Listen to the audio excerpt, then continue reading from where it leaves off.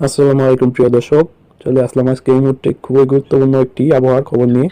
তো আজকে বাংলাদেশের আবহাওয়াবিদ মোহাম্মদ বজলুর রশিদ ফকির জানিয়েছে, বাংলাদেশ এবং অন্যান্য অঞ্চলে আজকের আবহাওয়া বেশিরভাগ এলাকায় আংশিক মেঘলা আকাশ থেকে রোদ উজ্জ্বল আবহাওয়া থাকবে, তবে কিছু স্থানে বজ্রসহ বৃষ্টিপাতের সম্ভাবনা রয়েছে।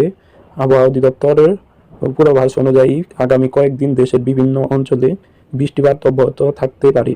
পশ্চিমবঙ্গের কলকাতায় আজকে আবহাওয়া মূলত রোদ উজ্জ্বল থাকবে, তবে আগামীকাল রবিবার ভারী বৃষ্টিপাতের সম্ভাবনা রয়েছে, যা সোমবার পর্যন্ত অব্যাহত থাকতে পারে। আবহাওয়া দপ্তরের পূর্বাভাস অনুযায়ী আগামী সপ্তাহে তাপমাত্রা বৃদ্ধি পেতে পারে এবং বৃষ্টিপাতের পরিমাণ কমতে পারে।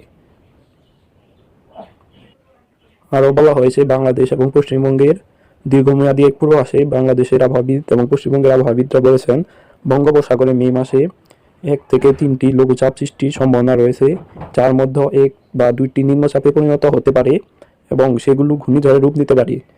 মে মাসে 1 থেকে 3টি মৃদু ও মাঝারি এবং 1 থেকে 2টি তীব্র তাপপ্রবাহের সম্ভাবনা রয়েছে।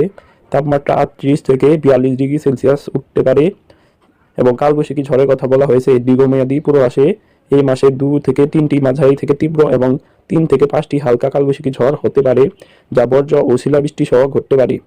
এবং বৃষ্টিপাত ও নদ নদীর অবস্থায় বলা হয়েছে, মে মাসে স্বাভাবিক বৃষ্টিপাতের সম্ভাবনা রয়েছে, তবে বিভিন্ন অঞ্চলে বিচ্ছিন্ন ভারী বৃষ্টিপাতের কারণে দেশের উত্তর পূর্ব ও দক্ষিণ অঞ্চলের নদীগুলোর পানি বৃদ্ধি পেতে পারে।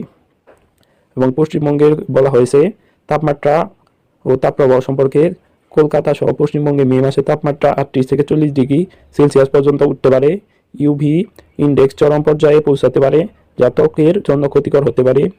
বজ্রঝড় ও বৃষ্টিপাত নিয়ে বলা হয়েছে, মে মাসে পশ্চিমবঙ্গে বজ্রঝড় ও বৃষ্টিপাতের সম্ভাবনা রয়েছে, বিশেষ করে মাসের প্রথমার্ধে 50 থেকে 60 কিলোমিটার বেগে ঝড়ো হাওয়া বইতে পারে, যা তাপমাত্রা হ্রাসে সহায়ক হতে পারে। এবং আবহাওয়াবিদরা পরামর্শ দিয়েছে, তাপমাত্রা মোকাবেলায় বাইরে বের হওয়ার সময় হালকা রঙের ঢিলেঢালা পোশাক পরিধান করুন, পর্যাপ্ত পানি পান করুন এবং সরাসরি রোদে এড়িয়ে চলুন। ঝড়ের সময় বজ্রঝড় বা ঘূর্ণিঝড়ের সময় নিরাপদ আশ্রয়ে থাকুন এবং বৈদ্যুতিক যন্ত্রপাতি ব্যবহার এড়িয়ে চলুন।